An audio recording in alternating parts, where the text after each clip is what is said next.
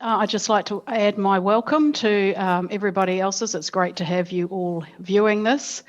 It is with great pleasure that I introduce the symposium's first presenter, Dr. Simon Nathan. Simon is a graduate in geology from Canterbury University, where he regularly heard about Haast's pioneering work in many different fields, ranging from glaciation to volcanology. He worked for the New Zealand Geological Survey for over 30 years and was involved with geological mapping in different parts of the country. He was awarded a Doctor of Science degree for his publications and his maps, and he's always been interested in writing and historical research, and was appointed science editor for Tiara, the online encyclopedia of New Zealand. Simon has written several biographies, including that of James Hector, a contemporary and rival of Julius Haast. In recent years, he has become interested in the use of historical photography, which has led him to analyse photographs taken of Julius Haast. And today we're going to hear the results of some of that research in The Changing Face of Julius von Haast, co-authored with Dr. Sascha Nolden, research librarian at the Alexander Turnbull Library, who will be introduced more thoroughly later in the program. I hope you enjoy this session. Thank you, Julia. Kia ora, tātou. Welcome, everyone. Photographs are a powerful window into the past, and we are fortunate that the life of Julius von Haast spanned the development of commercial photography in the 19th century. When he was born, it was largely in an experimental phase, but by the end of his life, there were photographers in every town. In those days, it was a complicated business, so it was mostly done by professional photographers with a studio and attached darkroom. Because Haast was a prominent personality, he was photographed many times, particularly in his later years. This talk gives a brief view of some of his activities, as revealed by the photographs we've been able to locate. They're arranged chronologically, so you will see Haast gradually aging as the years passed. But before starting, I need to mention a problem. A number of photographs of Haast have been published over the years, but some have been misidentified and are not him. These are three published photographs that have been identified as Haast, but are not him. Many of the photographs that we have of Haast come from a collection of family documents donated to the Alexander Turnbull Library in 1953, after the death of his son and biographer, Heinrich von Haast. Many of the photographs were not labelled, and as the collections contain photographs of friends and scientific colleagues, there has long been confusion about the identification of some individuals. So one of the aims of this project has been to put together a catalogue of the photographs that can be verified as being Julius von Haast. Most of the photographs are studio portraits, but we're fortunate that early Canterbury photographer, Dr. Alfred Barker, was interested in the Canterbury Museum and scientific matters and took several photographs that included Haast. To start at the beginning, our knowledge of the first half of Haast's life is incomplete and fragmentary, and no photographs of him before he arrived in New Zealand in 1858 have been located. The earliest photograph we have of him is a formal portrait taken in 1859 by Bruno Hamel, a professional photographer who had accompanied Hochstetter's party in the exploration of the central North Island in 1859. Haast was then 37, and the image shows him as a tall, solidly built man with black hair and a black beard. The next photographs that can be confidently dated are a set of 4 studio portraits taken around the time that Haast married Mary Dobson in June 1863. The photographer is not identified, but is inferred to be James Ellsby, who owned a studio later taken over by Daniel Mundy. One image shows Mary and Julius together. In a letter dated November the 2nd, 1863, Joseph Hooker congratulates Haast on his marriage and thanks him for the photograph of the couple that he had recently received. The couple settled in Avonside in a new house that Haast named Gluckauf, a German miner's greeting.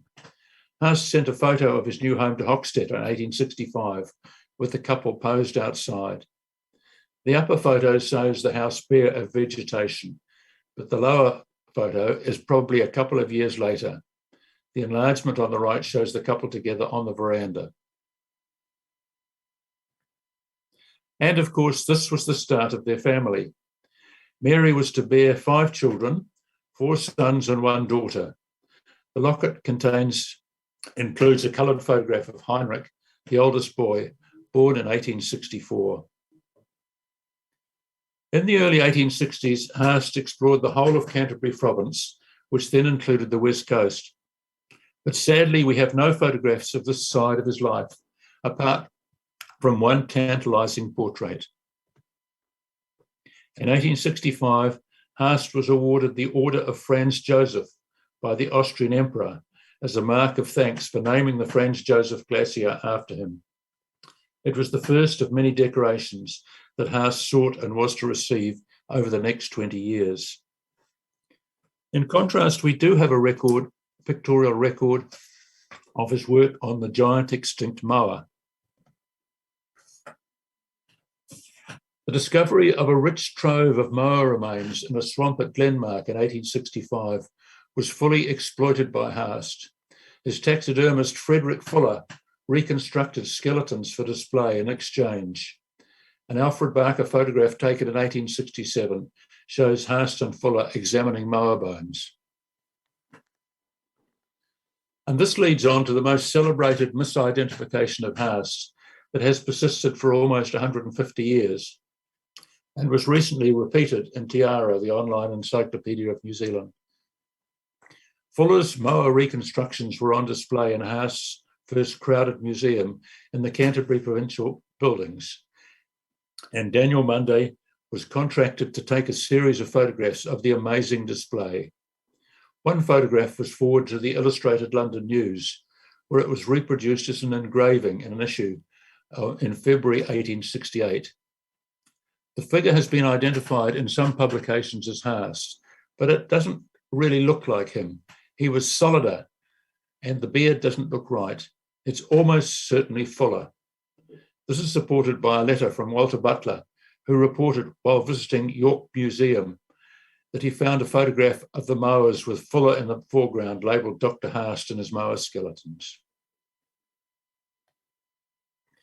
This group of images was taken at a single sitting by photographer Daniel Munday in 1869. Note that Haast's beard is just starting to show grey patches, which aren't apparent in earlier photographs. And from that time, he was starting to look rather grey and a bit older. There are only 2 photographs that can be definitely dated from the early 1870s, both taken by Dr. Barker.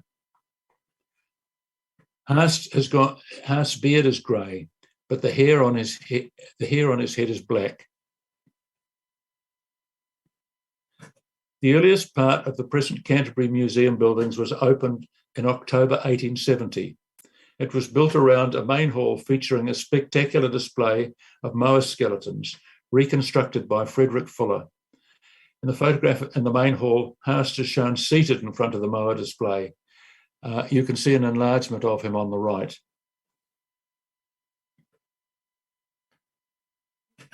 In December 1872, the Colonial and Vienna exhibition was held in Christchurch to select material for display at an international exhibition to be held in Vienna the following year. Dr. Barker took a photograph of the organising committee, probably on the opening day. Haast is seated just to the right of the centre. Sadly, this was one of the last photographs taken by Dr. Barker, as he died unexpectedly the following month. After this, there seems to be a gap in the photographic record of perhaps 10 years until the 1880s. All the later photographs of Haast show him as an older man, a white-haired and bearded patrician. Around 1872-73, he had a sitting with E. Wheeler and Son in Christchurch. One of these images was used to illustrate a biographical article in the New Zealand Journal of Science, written by Haast's colleague, Professor Alexander Bickerton. As high-quality print reproduction of photographs was not available in New Zealand at the time, the photograph was printed by Autotype Company in London and presumably sent back to New Zealand to be inserted manually in the journal. In 1885, Haast was appointed commissioner to oversee the New Zealand court at the Colonial and Indian exhibition to be held in London in 1886. Julius and Mary left New Zealand in March 1886 and were away for over a year.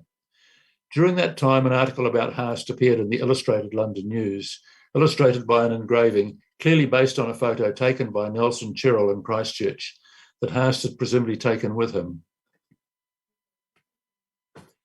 But while he was in London, Haast also had a sitting with the celebrated society photographer, Alexander Bassano, who produced a set of cabinet card portraits that Haast sent to colleagues.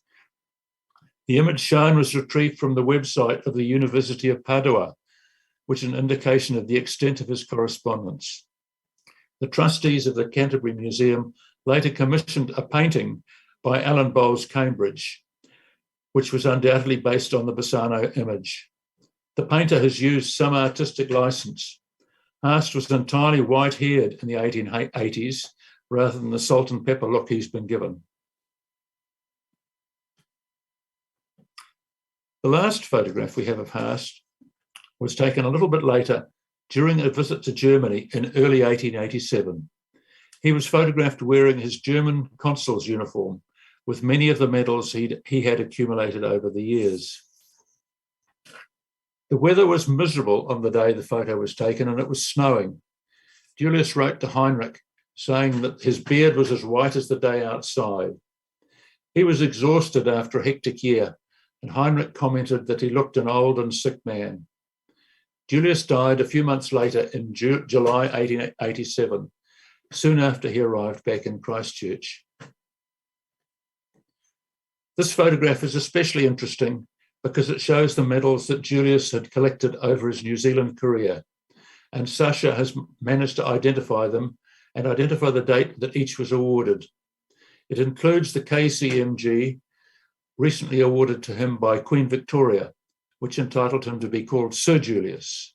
That's number 1A and 1B. And the Order of the Iron Crown, awarded by the Austrian Emperor, number 2, which allowed him to use the title von. Over the years, some people have sneered at Haast's enthusiasm for collecting medals and decorations, something only a foreigner would do in Anglophile Canterbury. Today, we can look at it as a record of Haast's recognition on the international scene from an obscure museum at the bottom of the world. The only other New Zealand scientist who has received a similar level of recognition in his lifetime is Ernest Rutherford. The photographs presented in the previous slide show the changes in appearance of Julius von Haast over almost 30 years, from his late 30s until his death at age 65. When he arrived in New Zealand, he was approaching middle age. In the succeeding 8 years, he undertook exploration of rugged and remote parts of the country and established himself as one of the pioneers of New Zealand geoscience. In terms of his photographs, those were his Blackbeard days. In the 1860s and early 1870s, he turned his interest to mowers, the Canterbury Museum, and the organisation of exhibitions, and his groundbreaking Geology of Canterbury and Westland. In his final decade, the Whitebeard phase, he had become an establishment figure as Professor of Geology, an authority in the museum world, and finally New Zealand Commissioner for the Calendaries exhibition. His hair may have lightened, but I marvel at his energy and achievements. It is great that we can celebrate his 200th birthday together and remember what he achieved. Now, the second part of this talk deals briefly with some matters related to the Haast family. I'm indebted to Glenn Vallender, who started to prepare a talk for the symposium, but unfortunately is not able to be here today. So as no one else is talking about the Haast family, it is an opportunity to fill in some details. Glenn's talk deals specifically with Haast's brother-in-law, George Hoban, seen here on the left. But first, I would like to comment on Julius's family. Firstly, the family tree. Although we don't know much detail about the first 35 years of his life, we do know that Julius was married in 1846 to Antonia Schmidt from a musical family. They had one son, Robert. Antonia died unexpectedly in 1859 while Julius was in New Zealand. He decided to stay here, and Robert was brought up by his mother's family. Robert and Julius only met once in later years when Julius was visiting Europe. Robert died several years after his father, leaving no descendants. After Julius and Mary Dobson were married in 1863, they had 5 children, 4 boys and a girl, all born at Glackau. None showed any interest in following their father in a scientific career. The oldest boy, Heinrich, became a lawyer and spent the later part of his life in Wellington. George Augustus showed early promise as an artist and accompanies his parents to Europe in 1886. He later settled in England, making a living as a painter. James moved up to Hawke's Bay and later settled in Australia. Eva never married and died suddenly in 1909. The youngest son, Julius Herman, moved to Wanganui, where he had a long involvement with the art gallery and museum. Julius's widow, Mary, also left Christchurch and spent the last 2 decades of her life in Europe. After Julius died, she was left with little money, and it's speculated that she supported herself in later years as a travelling companion until she died in Rome in 1913. She, Julius, and their daughter Eva, are commemorated in the cemetery at Holy Trinity Church in Avonside, where the parents were married. The church was badly damaged during the Christchurch earthquakes, but the Haast headstone, made of Canterbury greywacke, survived. And you can see some of the damage to the church in the background. The story now switches to George Holborn, Haast's brother-in-law, who married Mary's younger sister, Emily. George Holborn was a young Cambridge graduate who emigrated to New Zealand to teach at Christchurch Boys High School. He was interested in scientific matters and quickly got to know Haast through the Canterbury Philosophical Society.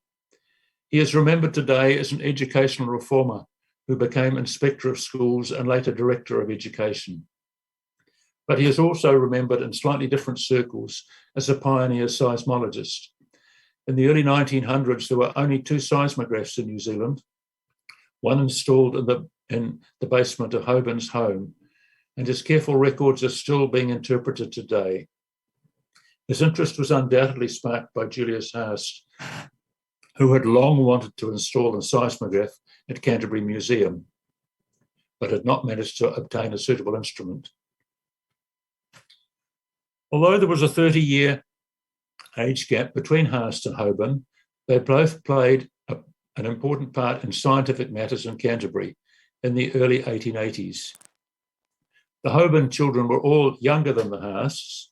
Julius Haast died a few weeks before the second Holborn son was born, and so he was named Julius.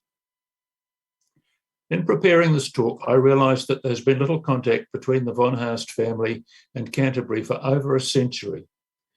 Within a decade of Julius's death, all the von Haasts had moved away from Christchurch. 3 of the 5 children did not have any children themselves.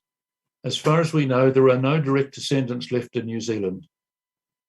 In organising this meeting, we had hoped that we might be able to make contact with members of the family. So far, this has been unsuccessful, but perhaps this meeting may provide a catalyst. Thank you very much. Thank you, Simon. That's a fascinating talk, and I'm wonderful to see the photographs of Haast aging. Nice and really great to get information about which photographs have been credited as being Haast and actually aren't. So it's very useful information.